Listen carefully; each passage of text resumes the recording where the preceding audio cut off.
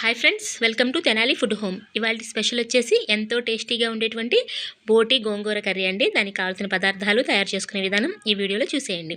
ముందుగా క్లీన్ చేసుకొని పక్కన పెట్టుకున్నటువంటి బోటి, ఒక కప్పుకి గోంగూర, ఒక కప్పుకి పుదీనా, ఒక కప్పుకి కొత్తిమీర, ఒక కప్పుకి కరివేపాకు, అల్లం, వెల్లుల్లి, జీడిపప్పు, జీలకర్ర, గసగసాలు, పెద్ద సైజులో 2 ఉల్లిపాయలు, 4 పచ్చిమిర్చి, లవంగాయలు, ధనియాల పౌడరు, చెక్క, కొబ్బరి, పలవ ఆకు. ముందుగా కట్ చేసుకొని పక్కన పెట్టుకున్నటువంటి ఈ అల్లం ముక్కలు, వెల్లుల్లి. నేను మసాలాలోకి పచ్చికారం వేస్తానండి. అంటే 4-5 పచ్చిమిర్చి యాడ్ చేస్తాను. మసాలాలోకి అలా వేసుకుంటే కూర చాలా బాగుంటుంది. సన్నగా తరిగినటువంటి కొబ్బరి ముక్కలు, జీలకర్ర, జీడిపప్పు. మసాలా కర్రీలోకి జీడిపప్పు కూడా వేసి చూడండి, టేస్ట్ మీరే చెప్తారు.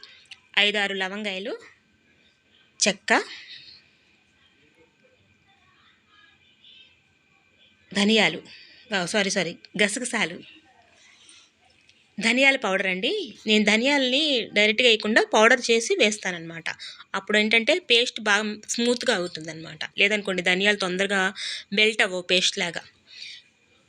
బాగా పేస్ట్ లాగా రావాలంటే కాస్త వాటర్ కూడా యాడ్ చేసేసుకుందాం. గ్రేవీ బాగా రావాలంటే ఇదిగో ఇలాగా ఈ విధంగా పేస్ట్ చేసేసుకోవాలండి. ఇప్పుడు ఒక 4 పచ్చిమిర్చి ఆల్రెడీ మనం అందులో వేసుకున్నాం కదా మిక్సీలో. ఇప్పుడు కర్రీలోకి అనమాట ఇవి. ఇంకా 2 పెద్ద సైజు ఉల్లిపాయలు ఇదిగో చిన్న చిన్న ముక్కలుగా ఇలా కట్ చేసుకుంటున్నానండి. ఉల్లిపాయలు ఇలా సన్నగా కట్ చేసుకుంటే చాలా బాగుంటుంది. పొయ్యి మీద కళాయి వేసుకొని 4 గరిటెలు ఆయిల్ వేసుకున్నానండి. ఆయిల్ వేడెక్కగానే కరివేపాకు, పుదీనా. ఈ పుదీనా వేయటం వల్ల కూర స్మెల్ చాలా బాగుంటుందండి. బోటి సహజంగా స్మెల్ వస్తుంది కదా, ఈ పుదీనా వేయటం వల్ల ఆ కర్రీ స్మెల్ అంతగా రాదనమాట. కొత్తిమీర. ఇవి బాగా యాగనివ్వాలి. చిన్న మిస్టేక్ ఏంటంటే పలవ ఆకు ముందు వేయాలండి, నేను మర్చిపోయాను. ఇప్పుడే వేస్తున్నాను. అయినా వేయచ్చు, ఇలా కూడా వేయచ్చు, కాకపోతే ముందు వేస్తే బాగుండేది. పలవ ఆకు కూడా యాడ్ చేసేసుకున్నానండి. ఇప్పుడు వీటిని కలర్ చేంజ్ అయ్యేంత వరకు, కలర్ చేంజింగ్ అంటే థిక్ గ్రీన్ కలర్ రావాలి. అప్పుడు ఆయిల్లోకి వీటి ఫ్లేవర్స్ దిగుతాయి అన్నమాట. బాగా వేగనిచ్చుకోవాలండి. ఇవి బాగా వేగిన తర్వాత ఆల్రెడీ కట్ చేసుకొని పక్కన పెట్టుకున్నాం కదా పచ్చిమిర్చి, అవి కూడా వేసుకొని బాగా వేగనిచ్చుకోవాలి. ఇవి కూడా బాగా వేగిన తర్వాత కట్ చేసుకొని పక్కన పెట్టుకున్నటువంటి ఉల్లిపాయలు, ఈ ఉల్లిపాయల్ని సన్న ముక్కల కింద కట్ చేసుకుంటే తొందరగా మగ్గిపోతాయి.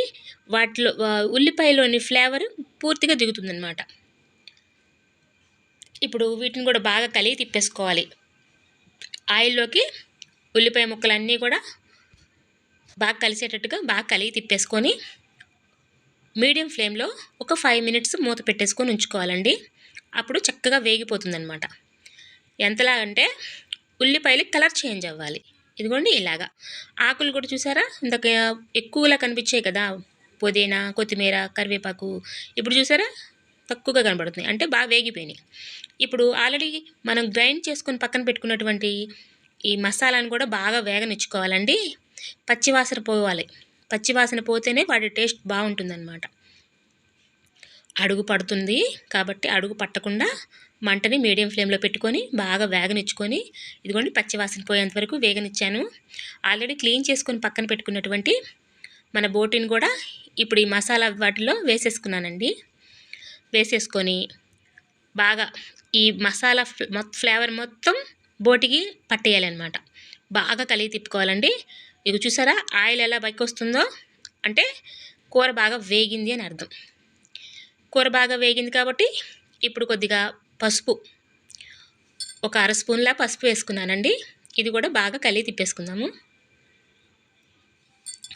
ఇప్పుడు రుచికి సరిపడా కారం ఎందుకని అంటే నేను ఆల్రెడీ మసాలాలో కూడా పచ్చిమిర్చి వేసాను, తర్వాత కూరలో కూడా విడిగా 4-5 పచ్చిమిరకాయలు వేసాను కాబట్టి కారం చూసుకొని వేసుకోవాలండి. ఒక్కొక్కళ్ళు ఎక్కువగా తింటారు, ఒక్కొక్కళ్ళు తక్కువగా తింటారు, కాబట్టి మాకైతే సరిపోతుంది. ఉప్పు కూడా రుచికి సరిపడా. ఇది కూడా ఉప్పు కారం కూడా ఈ బోటి మసాలా వాటికి బాగా పట్టేలాగా కలిగి తిప్పుకోవాలండి. కలిగి తిప్పుకొని మంట మీడియం ఫ్లేమ్లో పెట్టుకొని మూత పెట్టేసుకోవాలండి. మూత పెట్టుకొని ఒక 10 నిమిషాల నుంచి 15 నిమిషాల సేపు మధ్య మధ్యలో కలుపుకుంటూ ఉండాలి. ఇప్పుడు మనం క్లీన్ చేసుకుని పక్కన పెట్టుకున్నటువంటి ఈ గోంగూర కొంతమంది ఉడకబెట్టి వేస్తారండి. నేను మటుకి పచ్చిదే వేస్తాను. ఎందుకంటే సహజంగానే ఆకుకూర వేడి తగిలితే మగ్గిపోతుంది. అందుకని ఇది ఆల్రెడీ బాగా క్లీన్ చేసి ఉంచుకున్నాను కాబట్టి డైరెక్ట్గా ఇందులోనే వేసేస్తున్నానండి. బాగా ఏమంటారంటే బాగా ఈ మొత్తం అన్నీ కలిసేలా తిప్పేసుకొని మళ్ళీ మీడియం ఫ్లేమ్లో పెట్టుకొని మూత పెట్టుకోవాలి. ఇదిగో చూసారుగా ఆకుకూర ఎలా మగ్గిపోయిందో. ఇప్పుడు మళ్ళీ ఇంకోసారి బాగా తిప్పేసుకున్నాక వాటర్ యాడ్ చేసుకున్నాండి. గ్రేవీ ఎక్కువ కావాలి అనుకుంటే 2 గ్లాసులండి. మేము గ్రేవీ ఎక్కువ కావాలి కాబట్టి 2 గ్లాసులు వాటర్ యాడ్ చేశాను. లేదు అంత గ్రేవీ అవసరం లేదు అనుకునే వాళ్ళు 1.5 అలా వేసుకోవచ్చు. ఇంకొంచెం దగ్గరికి వస్తే సూపర్ ఉంటుందండి. చూసారా, ఇక కొత్తిమీరతోటి గార్నిష్ చేసేసుకోవడమే. మా వీడియోస్ని లైక్ చేయండి, మా ఛానల్ని సబ్స్క్రైబ్ చేయండి. ప్లీజ్ ఫ్రెండ్స్, సపోర్ట్ చేయండి.